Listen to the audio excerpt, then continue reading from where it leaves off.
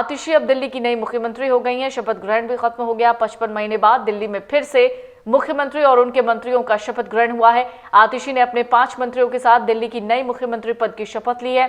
इसे अरविंद केजरीवाल सरकार का ही विस्तार कहा जा रहा है। वजह आतिशी कैबिनेट में शामिल मंत्री हैं। कैबिनेट में 4 उन मंत्रियों को शामिल किया गया है जो पहले अरविंद केजरीवाल कैबिनेट में रह चुके हैं। इसके बावजूद आतिशी की नई कैबिनेट को 2020 में गठित अरविंद केजरीवाल की सरकार से अलग कहा जा रहा है। क्यों? चलिए जानते हैं। दरअसल केजरीवाल से कितनी अलग है आतिशी की सरकार, इसको समझने के लिए अरविंद केजरीवाल दरअसल जब 2020 में मुख्यमंत्री बने तो उन्होंने अपने साथ 6 मंत्रियों को शपथ दिलवाई थी। सरकार में केजरीवाल के साथ मनीष सिसोदिया, सत्येंद्र जैन, गोपाल राय, कैलाश गहलोत, राजेंद्र पाल गौतम और इमरान हुसैन ने शपथ ली थी। केजरीवाल खुद नई दिल्ली सीट से चुनाव जीत कर आए थे। पटपड़गंज से विधायक मनीष सिसोदिया पूर्वी दिल्ली का प्रतिनिधित्व कर रहे थे। नॉर्थ दिल्ली से जीत कर आने वाले सत्येंद्र जैन और सेंट्रल दिल्ली से इमरान हुसैन को कैबिनेट में शामिल किया गया था। साउथ वेस्ट के कैलाश गहलोत भी कैबिनेट में आए, लेकिन सरकार में दबदबा शादरा का था। यहां से 2 विधायकों गोपाल राय और राजेंद्र पाल गौतम को मंत्री बनाया गया। आतिशी की सरकार में शादरा से सिर्फ 1 मंत्री हैं। इसी तरह साउथ वेस्ट से कैलाश गहलोत, सेंट्रल दिल्ली से इमरान हुसैन फिर से मंत्री बन रहे हैं। नई दिल्ली से सौरभ भारद्वाज को कैबिनेट में लिया गया।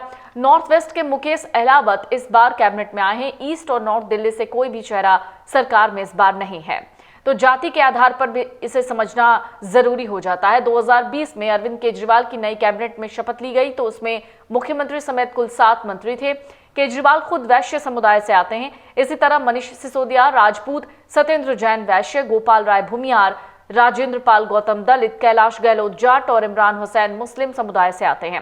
कैबिनेट में दलित, पिछड़ा और अल्पसंख्यक वर्ग की हिस्सेदारी करीब 40% थी। आतिशी कैबिनेट की बात करें तो आतिशी की नई सरकार में खुद मुख्यमंत्री राजपूत समुदाय से आती हैं। सौरभ भारद्वाज ब्राह्मण, गोपाल राय भूमियार, मुकेश अहलावत दलित, कैलाश गहलोत जाट और इमरान हुसैन अल्पसंख्यक समुदाय से ताल्लुक रखते हैं। कैबिनेट में पीडीए समुदाय की भागीदारी 50% है। आम आदमी के दरअसल टॉप 3 चेहरे कैबिनेट से बाहर हो गए। ये पहली बार है जब आम आदमी पार्टी की सरकार में पार्टी के टॉप 3 चेहरे कैबिनेट से बाहर हैं। वो 3 चेहरे अरविंद केजरीवाल, मनीष सिसोदिया और सत्येंद्र जैन। 2013, 15 और 20 की सरकार में तीनों एक साथ मंत्री बने थे। अब तीनों ही कैबिनेट में नहीं है। इन 3 चेहरों की जगह पर सौरभ भारद्वाज, मुकेश अहलावत जैसे नए नेताओं को कैबिनेट में जगह मिली। हालांकि सौरभ भारद्वाज कुछ महीनों के लिए केजरीवाल कैबिनेट में ही रहे हैं। अब अनुभव के आधार पर इस पूरी कैबिनेट को समझिए। अरविंद केजरीवाल ने जब 2020 में कैबिनेट का गठन किया तो उसमें शामिल एक भी ऐसा सदस्य नहीं था जो पहली बार के विधायक हो। उसके उलट आतिशी कैबिनेट में पहली बार के 2 नेताओं को तवज्जो मिली है। खुद मुख्यमंत्री आतिशी पहली विधायक हैं। 2020 में आतिशी ने कालकाजी सीट से चुनाव में जीत हासिल की। वहीं मंत्री मुकेश अहलावत भी पहली बार के ही विधायक हैं। अहलावत सुल्तानपुर माजरा सीट से पहली बार विधायक चुने गए हैं। आतिशी कैबिनेट में बाकी के 4 मंत्री एक बार से ज्यादा के विधायक और मंत्री हैं।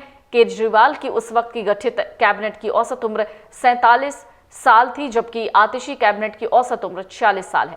आतिशी के अलावा 5 मंत्रियों ने भी शपथ ग्रहण किया है। आतिशी सरकार में जिन लोगों को मंत्री बनाया गया उनमें से ज्यादातर पुराने चेहरे हैं।